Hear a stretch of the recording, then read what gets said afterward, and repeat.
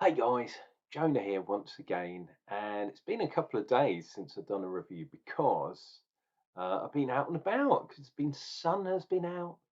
There was awarding the pub of the year, which was the Royston again. I think I told you that already.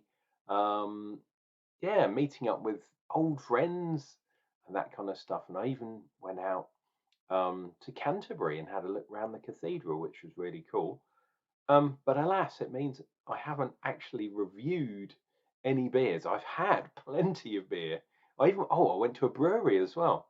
Um, so yeah, it was all good. If you want to keep up with what I'm drinking, where I'm going, Untapped is probably the best place.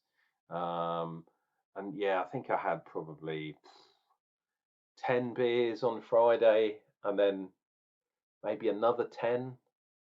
Actually, no, it would have been Friday. It would have been Saturday because of the bank holiday weekend. Saturday, Sunday, and then Monday I was out in Canterbury all day. So nuts. Oh, my apologies. That's what I was about to say. Anyways, it is Thirsty Tuesday, and I'm gonna. Oh, he said, almost dropping it. I'm gonna drink one of these. Tiramisu Stout from Kirkstall, 5.5% on the ABV. This was part of a supermarket deal. I think I got this in Asda. It was part of their 4 for 3 or 3 for 4 deal, which I like doing when I'm in the supermarkets because they don't tend to do a cheap one-off anymore. You have to do an actual deal. So it says this dessert inspired stout uses North Star coffee and natural flavorings to create the flavors of a classic tiramisu. And it's vegan friendly, apparently.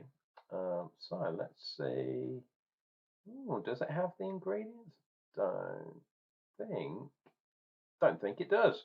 But it tells us that Kirkstall is over in Leeds, which is pretty cool. I always thought they were Scottish, and then only recently did I find out no, they're in Leeds. I'm getting mixed up with Kirkstall and that kind of stuff. Anyway, after shaking this one up, I'm going to hope that it doesn't explode everywhere, but we shall see. Let's do a pressure test. Oh, actually, I opened it a bit too far, but it has not exploded, which is good. And on my rush to get up here and see you, dear viewer, I picked up the wrong glass. I picked the small glass up. So I doubt this will all go in there, but we'll see what happens. And we might get the majority of it in. Because it's a stout, I want to get some head on there. So let's do a bit of aggressive pouring. We are pretty much there, I think. Over a finger's head. Not quite two, 1.5. Look at that colour though. Definitely a dark kind of dark coloured, treacly kind of thing. And look at that, wow. Hubble, bubble, toil, and trouble. Before that all disappears, because this is a carbon dioxide, not, yeah, definitely not a, oh, that's not focusing, it's focusing on me. Sorry, dear viewer. Not a nitro. It's definitely not. Oh, because that's gone down a bit, I can fill it up. That last, the last bit, which is cool. Look at the colour as well. Really nice um, dark roastiness. That's going to be cool. And apparently it's quite a sweet stout as well.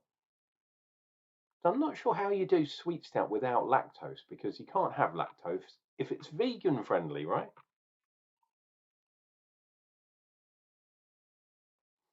There is definitely coffee in there.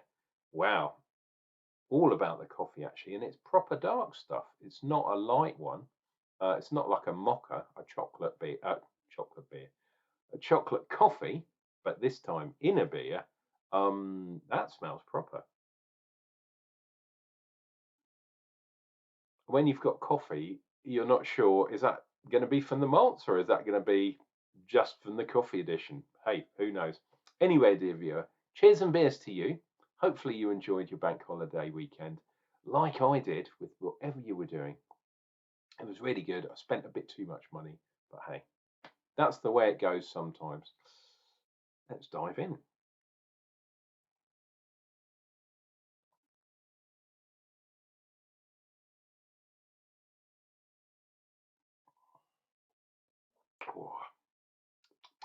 Oh, okay. So not as coffee as the aroma had led me to believe. Quite sweet. There is some sort of chocolate, but it's kind of like a kind of chocolate powder or a chocolate. What's that, chocolate milk kind of thing? You know, you get that chocolate powder and you mix it with milk and bum bum bum. Nesquik or no, what's the chocolate version? I don't know, whatever it's called. Tastes a little bit like that. And the powder's a bit kind of gritty. It's kind of seems like it's in suspension to me. Or maybe it's a natural kind of form. So maybe they have put some cacao in here. Or chocolate nibs. That's the other way of doing it. Pardon me. But yeah, it's not super sweet, but it is definitely a sweet beer, which is weird. I'd love to know how they actually did this because the ingredients are not here, which is weird. I'm just looking, checking the can out, and there's your tiramisu. But yeah, very, very interesting. Let's dive in for some more. And 5%, 5.5. Wow, pretty good, especially for a big can as well.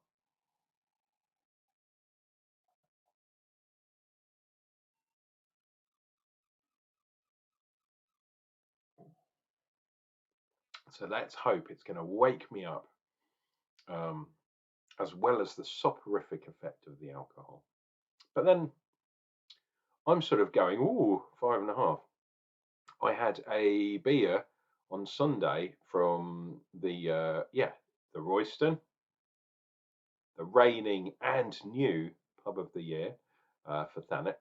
It's literally down the road from where I live. I can walk there in 15 minutes. Not quite my local, but my local craft beer place, local good place is pub of the year. Fantastic.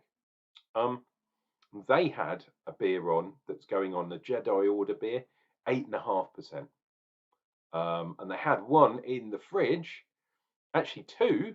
There were Emperor Imperial Stouts, 14.5. And I was really going to buy them, but they were 10 at each. So 10 quid, and it was a small can.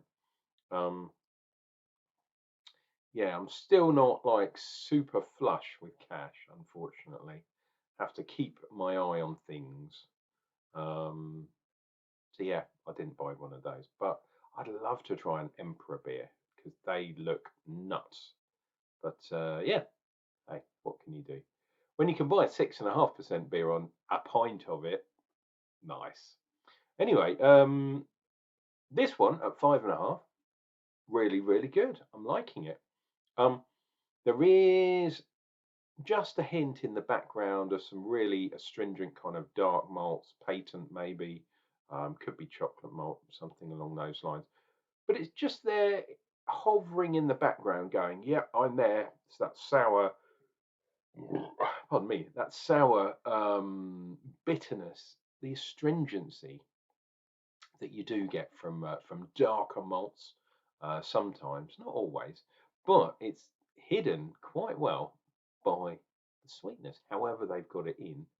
Um, I imagine they've used some sort of, well, there's two ways to do it. Well, there's three actually. Back sweetening with kind of sugar or more malt or whatever you like, um, after you've kind of killed the yeast off, and that would be sad, really.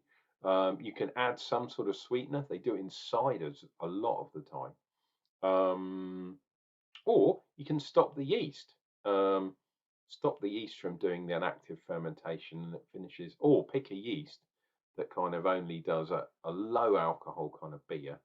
Um, yeah, and you've got residual sweetness from the original malts that were in here. But as we do not know what those were, it could be either one of those three things.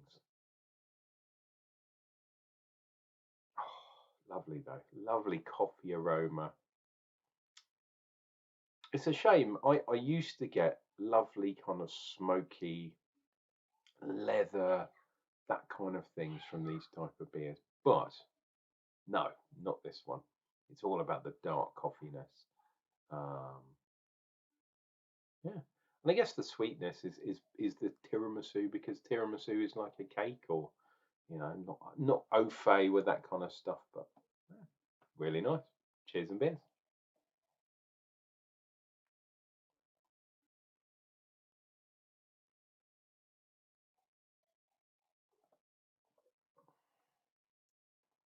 Not too much going on for Foam Watch.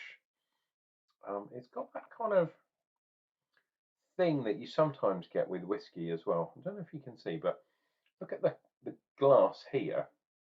It's got like a film that's kind of just taking the colour. It's like a definite different to the clearness of the top of the glass. There's definitely some oily kind of stuff sticking down there, but not up here. Ding, ding, ding, label out. So there we go. I would highly recommend that you get one of these just to try it. And if you're going to do it down at Asda, make sure you pick up the deal, because you can buy either 4 of these for the price of 3, or like I do, because I like drinking lots of different beers, a mix match, a mix and match. Basically, the 4 beers. What I would suggest is do roughly like the same value beers. If you buy a really expensive one and a really cheap one, you're going to get the cheap one for free, and the expensive one's going to bring your overall price up.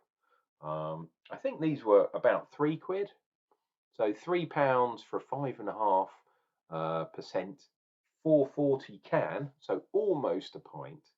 I don't think that's too bad. The days of pound a pint, do they exist? Back when I was a student, especially at university, that was the thing. And I remember nights where you had 50p shots as well. You could buy a double for £1 and then have another pint for £1. You go out with 10 pints. You go out, well, you could do, go out with £10 and have 10 pints. Absolutely shitted. These days, depending on where you go, I've had a pint and it cost me £8. Jesus Christ. I think £4, possibly £5 is about right. And when you can get one of these for £3, that's pretty good value. But you can get 4 of these for £9. So yeah, it brings it under. It's kind of like £2 something, 2.50. I think slightly under, isn't it? 2.50 a pint, something, or for a can. My God. Anyway, I am, like many of you, awaiting for the new Beer 52 box to arrive. It's a single hop series, I think, this time, which is going to be really interesting. And I'm going to be able, hopefully, to catch up on some of those best of the box videos. So I might be doing some of those coming up. Yeah, we'll see what we can do. Anyway, Unclejona will return with another beer review or something to do with beer real soon. Until then, take care of yourselves, take care of each other. And this is Jonna saying, Drum on.